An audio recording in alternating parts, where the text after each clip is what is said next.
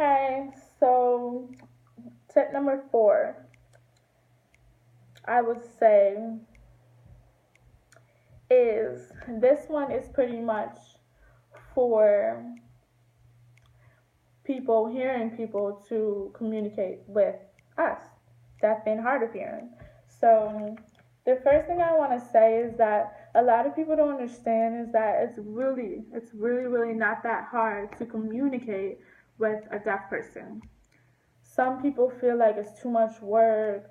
They don't want to do it. It's really not that hard. It's the same as communicating with a person in a wheelchair, someone who's blind. It's the same thing. So, one thing I want to say is that when you're talking to a deaf person, please look at them. Because if you're all over the place looking everywhere else and you're not looking at them, how are they supposed to understand you? They read your lips. So if you're moving around all the time, how are they supposed to read your lips? They're going to be confused. They're going to be frustrated. They might get upset and walk away. So that's the one thing you should always do. And sometimes, like I said before in another video, that we use interpreters. So if the interpreter is standing next to the deaf person, when you're talking, who are you talking to? You're talking to the deaf person, not the interpreter. So it's best that you look at the deaf person when you're talking and don't refer it as he, she. Talk as if you're talking to the deaf person because it's not nice. So that's another thing that you should do.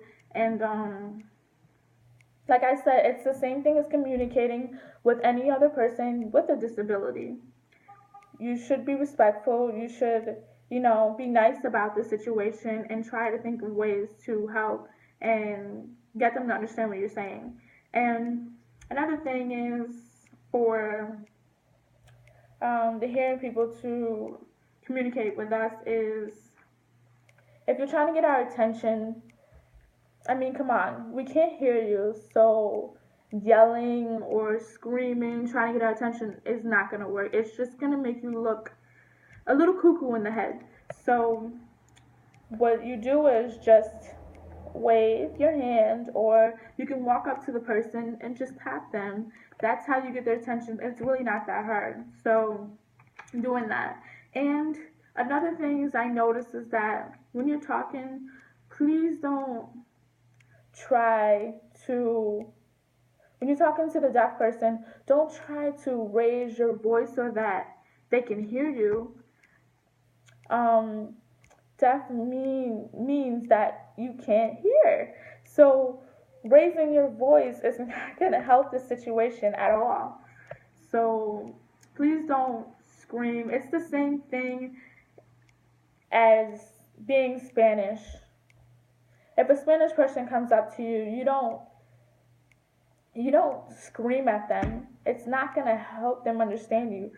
They don't know English. They don't know your language. You have to, find other ways to communicate with them. You can't just scream and expect them to understand. Another thing is, another thing I wanted to say was that don't cover your mouth when you're talking. Don't like da da da da. I'm doing this and that because once again we are using your lips to understand. We are reading your lips to understand what you're saying. So if you have your hand in front of your face, how do we know what's going on? And we also understand what you're saying by your body, your movement, your expression. If you have an attitude, we'll be able to see that because if your eyebrow raises or you have like a mean look on your face, we'll be able to tell. So, yep, that is tip number 4. I believe that is all that I wanted to say. And, yep, that's pretty much it. So, tune in for tip number 5, which is the last one. Thank you.